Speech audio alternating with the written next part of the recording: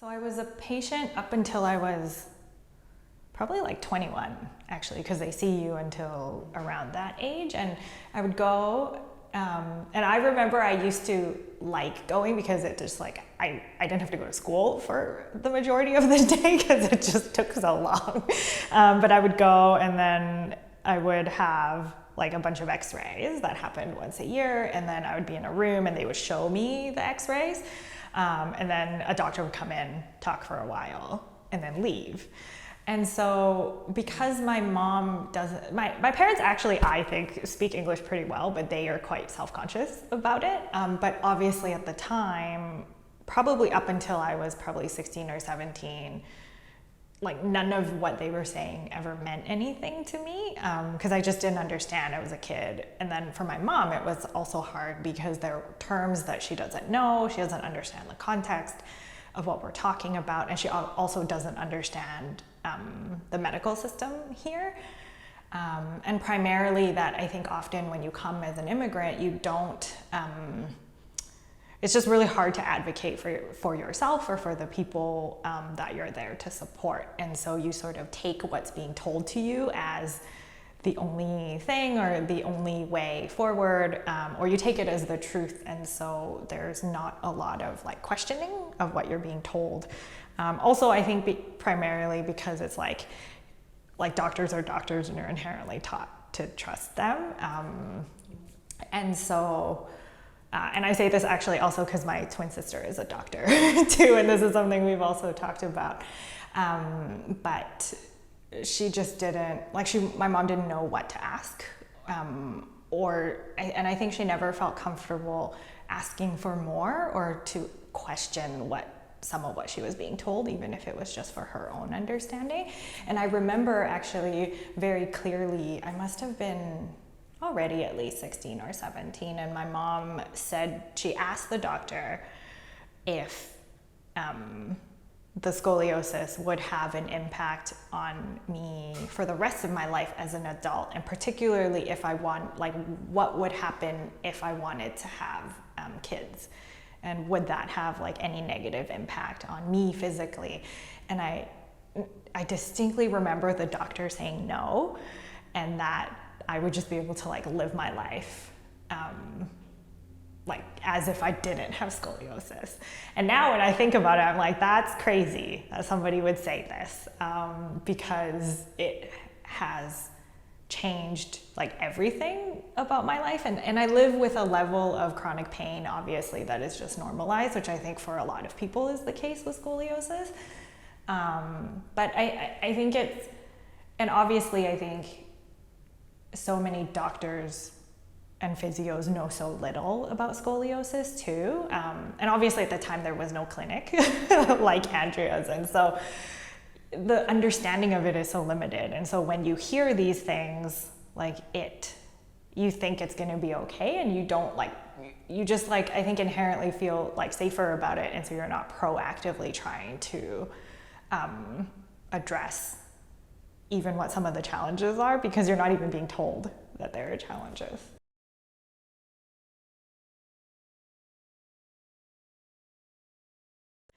And then when I was 19, I think I was around 19, I herniated a disc in my back when I was doing something. I used to work in live events and performing arts. And so the nature of the work includes a lot of, you're standing around a lot, you have to move things and whatever. And I think I was unloading a truck or something like that. And and at the time I didn't even know what a herniated disc was. I just knew I was moving something, and then I hurt my back. And it was so bad actually that I think I couldn't get up for 2 or 3 days. And it took an entire month, I think, to recover. And I got really lucky because I went to see a physio who was not a scoliosis physio. She was just a regular physio. And the receptionist was this she was this very, she was kind of like a mom, but also very kind of aggressive in a very mama bear way. And so she would fight my WCB claim for me from the clinic. And so I got really lucky that she was there. And so I was able to have, for an entire summer, I went to physio like 3 times a week.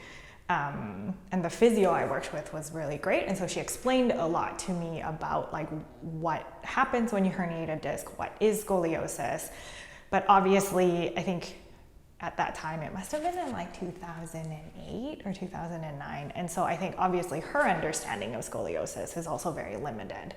But it was enough to help me understand like what the injury itself was, but I hadn't made the connection until I saw Andrea that the reason it happened to me when I was 19 was because of the scoliosis, because for the longest time, I was made to feel like there was something wrong with me because I had an injury like this at such a young age. Because typically you don't herniate your back, like you don't herniate a disc in your back until you're like in your 40s or 50s or whatever. And so even, and because my injury happened at work, it was also like a weird thing where WCB and like my employer were like, why is this happening? You're so young. So that was really hard, actually. And I would say I still live with like a lot of the impacts of that. And so my scoliosis did not bother me until like that moment. And then from there, I would say like everything about how I had to live my life changed after that. Yeah.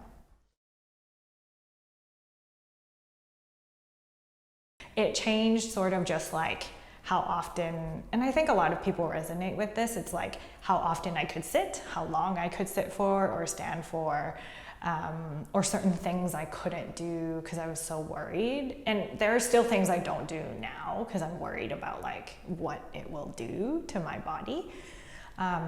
So I feel like being injured sort of like it woke me up to like parts of my body I wasn't aware of before, but not in a good way because it was just like which parts of my body hurt and when it hurt, and I never understood why. And so I got a job with benefits, and it wasn't until I had a job with benefits that I was able to like regularly go and see like people and who were experts like at what they did. And I would say it was only from that point, so I was probably 25, maybe 23, 24, 25, that I could be like really proactive about what I needed so that I could figure out like what worked, what didn't, and why. And obviously from seeing all these people, like you learn things about like biology and your body and things like that, that helped me understand what was happening. But it was a process, and it still is actually. Like I had to actively like go out there and find all the information and the people who could help me, because there was no information out there either for my parents to access, I think in a language that they could even understand, and then also like the cultural barriers to understanding like what is happening in your body is also really high. And so alongside me like looking for the care that I needed, I sort of had to like reckon with all these things about how like a lot of East Asian cultures view women's bodies and what you should or shouldn't be doing, that I've really had to grapple with alongside figuring out like what did I actually need so that I could like live my life without worrying that I was going to hurt myself or being in pain all the time.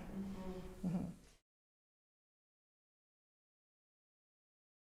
So I think the Schooly Clinic has been really, like I've really appreciated the way the clinic has thought about different kinds of accessibility. So obviously with the YouTube channel, and it makes so much more knowledge accessible to people in a way that's really easy to understand, and it's obviously at no cost. So I think a lot of like the workouts and things to consider when you have scoliosis, like to be able to have access to that information, even if you if you can't afford to have lots of appointments in a specific amount of time or things like that, I think are all really important to helping people get their own agency when it comes to deciding what they need and how they're going to go about doing it. Because I would say like if I did not have access to benefits, like I would never have had access to this kind of care. And obviously for a lot of immigrant families and newcomers and things like that, like cost can be a really prohibitive option for a lot of people. So I appreciate like the level of work and care that has gone into coming up with different kinds of options that are not just like a one-on-one appointment. I would say like even the group classes for teenagers are so great, because I think it also does a lot of it's a lot of like emotional and mental health support to know that you are not the only person. Like when you're a teenage girl, life is so hard already, and to know that there's like a group of other people who are having the same experience as you, because maybe no one else in your social circle at school or anyone else you know has that same experience. I think those are also like not just the fact that you can go to more group classes and do your exercises, but the fact that you're being connected to other people, I think is also really important. And then of course the language access. So the clinic has made, I think, like a number of materials available in different languages that are spoken throughout the city. And I think that's really important to help families understand what their children need if they're coming to the clinic. I think it's relatively well known that a lot of, primarily I think like teenage girls before they hit puberty. And so you're obviously still at an age where you're relying on your parents and you inherently trust them. And so obviously I think making sure that families have access to the same information that they understand in their language will change the course, I think, of what not only treatment for patients, but like what's possible, how they're going to take care of themselves. Because effectively, I think what the clinic is doing is not just providing treatment for the patient, but they're also providing the right circumstances for families to understand what patients need. And you actually need all of those things to actually support like a human being who has to learn how to live with and manage this condition that may not, I think the reality is like this condition isn't going to go away. So how are you going to learn to live with it? And I think looking back as an adult, I'm like, okay, I've done a lot, but if my family had had information the same way, it could have changed a lot of things. So I think the language access is a really important component of the treatment that the clinic offers.